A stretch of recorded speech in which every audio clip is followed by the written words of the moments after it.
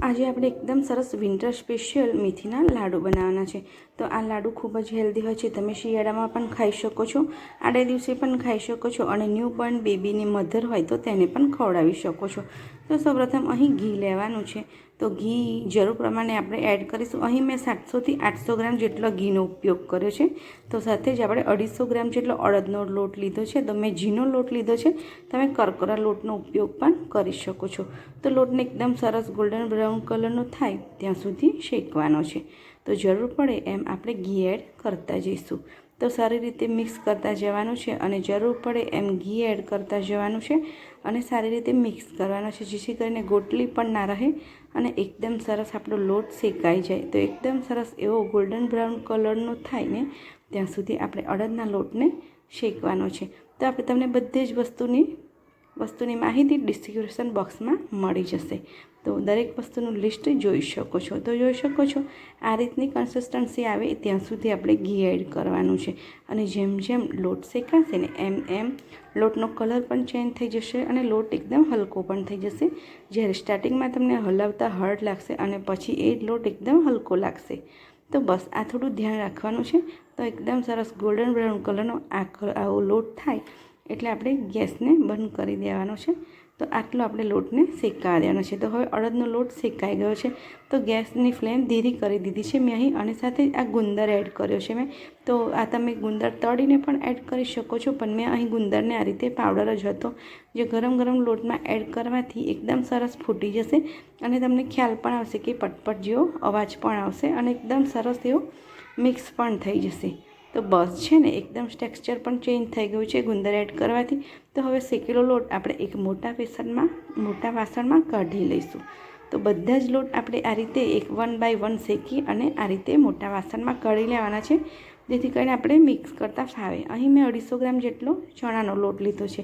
તો આ લોટ મેં અહીં કરકરો લીધો છે। તમે બધા જ લોટ કરકરા પણ લઈ શકો છો, બધા જ લોટ ઝીણા પણ લઈ શકો છો, પણ લાડુ કે જે પણ મેથી પાક બનાવો કે મેથીના લાડુ બનાવો એના ટેક્સચરમાં ફરક પડી જશે। કરકરું હશે તો દાણેદાર લાડુ બનશે અને જો ઝીણું હશે તો સ્મૂથ લાડુ બનશે। તો બસ આમાં પણ આપણે આ રીતની કન્સિસ્ટન્સી રાખવાની છે અને જરૂર પડે એ રીતે જ એને ઘી એડ કરતું જવાનું છે। સાથે જ મેં અહીં 2 વાટકી જેટલો ઘઉંનો લોટ એડ કર્યો છે। ઘઉંનો લોટ ઓપ્શનલ છે, તમે ખાલી બેસન અને અડદના લોટથી પણ લાડુ બનાવી શકો છો। તો બસ હવે જરૂર પ્રમાણે પાછું ઘી એડ કરી અને આપણે શેકી લેવાનો છે। તો બેસનનો લોટ અધકચરો શેકાઈ જાય એટલે ઘઉંનો લોટ એડ કરી લેવાનો છે। તો બસ એકદમ સરસ આપણે એને હલાવતા જવાનું છે અને ફરીથી અડદના લોટની માફક જ એને ગોલ્ડન કલરનો શેકી લેવાનો છે। તો છે ને જોઈ શકો છો એકદમ તમે સુખડી બનાવતા હોય એ રીતનું ટેક્સચર આવી ગયું છે।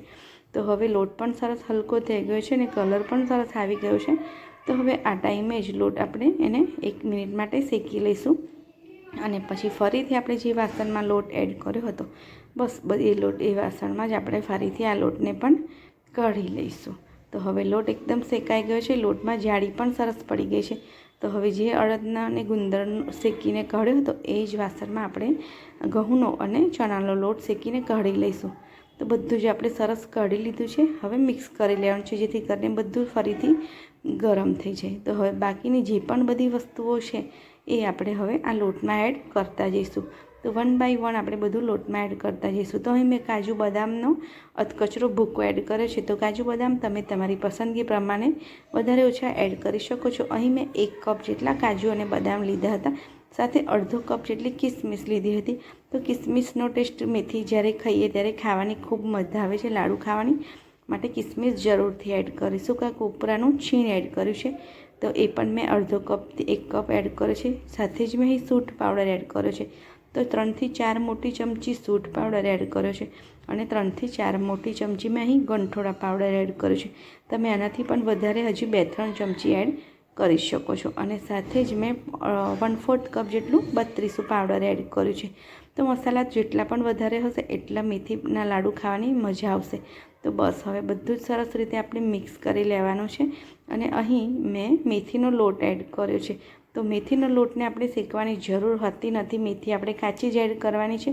અહીં મેથી કરકરી લીધી છે, કરકરી મેથીનો લોટ લીધો છે, જે 250 ગ્રામ જેટલો મેથીના કરકરી લોટનો મેથીનો પાવડર છે।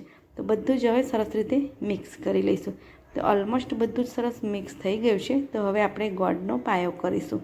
તો સરસ રીતે મિક્સ કરી લેવાનું છે અને ગરમ ગરમમાં જ સરસ રીતે મિક્સ કરી લેવાનું છે, જેથી કરીને બધું જ એકદમ સરસ મિક્સ થઈ જાય. તો હવે અહીં મેં ગોળ લીધો છે. તો ગોળ મેં 800થી 1 કિલોની વચ્ચેનો લીધો છે. જો તમારે વધારે ગળ્યું ખાવું હોય તો તમે 900 950 ગ્રામ ગોળ લઈ શકો છો. મેં અહીં 800 ગ્રામ જેટલો ગોળ લીધો છે, જેથી કરીને એકદમ સરસ મીડિયમ ગળી મેથી બનીને તૈયાર થઈ હતી.